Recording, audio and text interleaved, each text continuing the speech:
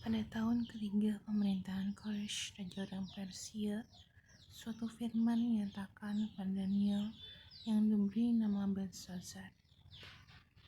Firman itu benar dan mengenai kesusahan yang besar. Maka dicamkannya firman itu dan diperhatikannya penglihatan itu. Pada waktu itu, aku Daniel berkabung 3 minggu penuh. Makanan yang sedap tidak kumakan, daging dan anggur tidak masuk ke dalam mulutku, dan aku tidak berurap sampai berlalu 3 minggu penuh.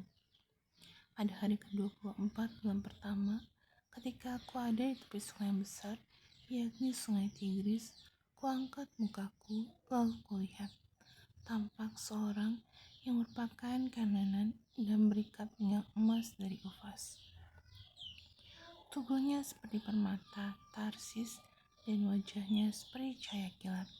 Matanya seperti sul yang menyala, lengan dan kakinya seperti kilat tembaga yang digilap, dan suara ucapannya seperti gaduh orang banyak. Hanya aku Daniel melihat penglihatan itu, tapi orang-orang yang bersama-sama dengan aku tidak melihatnya. Tapi mereka ditimpa oleh ketakutan yang besar sehingga mereka lari bersembunyi. Demikianlah aku tinggal seorang diri. Ketika aku melihat penglihatan yang besar itu, hilanglah kekuatanku.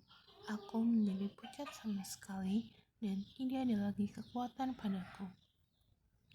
Lalu kudengar suara ucapannya, dan ketika aku mendengar suara ucapannya itu, jatuh pingsanlah aku tertelungkup dengan mukaku ke tanah. Tapi ada suatu tangan menyentuh aku dan buat aku bangun sambil bertumpu pada lutut dan tanganku. Katanya kepadaku, Daniel, engkau orang yang dikasihi, camkanlah firman yang kukatakan kepadamu, dan berdirilah pada kakimu, sebab sekarang aku diutus kepadamu. Ketika hal ini dikatakannya kepadaku, berdirilah aku dengan gemetar. Lalu katanya kepadaku, janganlah takut Daniel, sebab telah dengarkan perkataanmu sejak hari pertama engkau berniat untuk mendapat pengertian dan untuk merendahkan dirimu di hadapan Allahmu.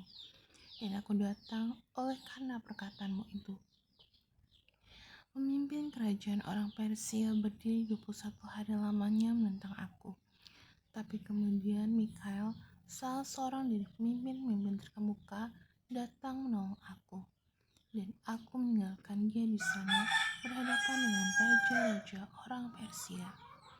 Lalu aku datang untuk membuat kau mengerti apa yang akan terjadi pada bangsamu pada hari-hari yang terakhir. Sebab penglihatan ini juga mengenai hari-hari itu. Ketika dikatakannya hal ini kepadaku, kutundukkan mukaku ke tanah dan aku terkalu. Tapi sesuatu yang menyerupai manusia menyentuh bibirku. Lalu kubuka mulutku dan mulai berbicara. Kataku kepada yang berdiri di depanku itu, Tuanku, oleh sebab penglihatan itu aku ditimpa kesakitan dan tidak ada lagi kekuatan padaku. Masakan aku, hamba Tuanku ini dapat berbicara dengan Tuanku? Bukankah tidak ada lagi kekuatan padaku dan tidak ada lagi nafas padaku? Lalu dia yang rupanya seperti manusia itu menyentuh aku pula dan memberikan aku kekuatan dan berkata, hai engkau yang dikasihi, janganlah takut, sejahteralah engkau, jadilah kuat, ya jadilah kuat.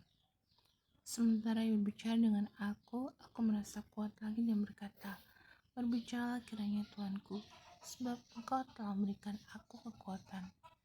Lalu katanya, tahukah engkau mengapa aku datang kepadamu? Sebentar lagi aku kembali untuk berperang dengan pemimpin orang Persia, dan sudah aku selesai dengan dia, maka pemimpin orang Yunani akan datang.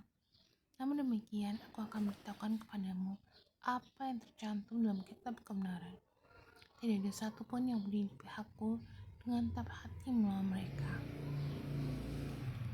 kecuali Mikael pemimpinmu itu. Seperti dahulu, aku juga mendampinginya untuk menguatkan dan menguatnya, yakni pada tahun pertama pemerintahan Darius orang Media itu.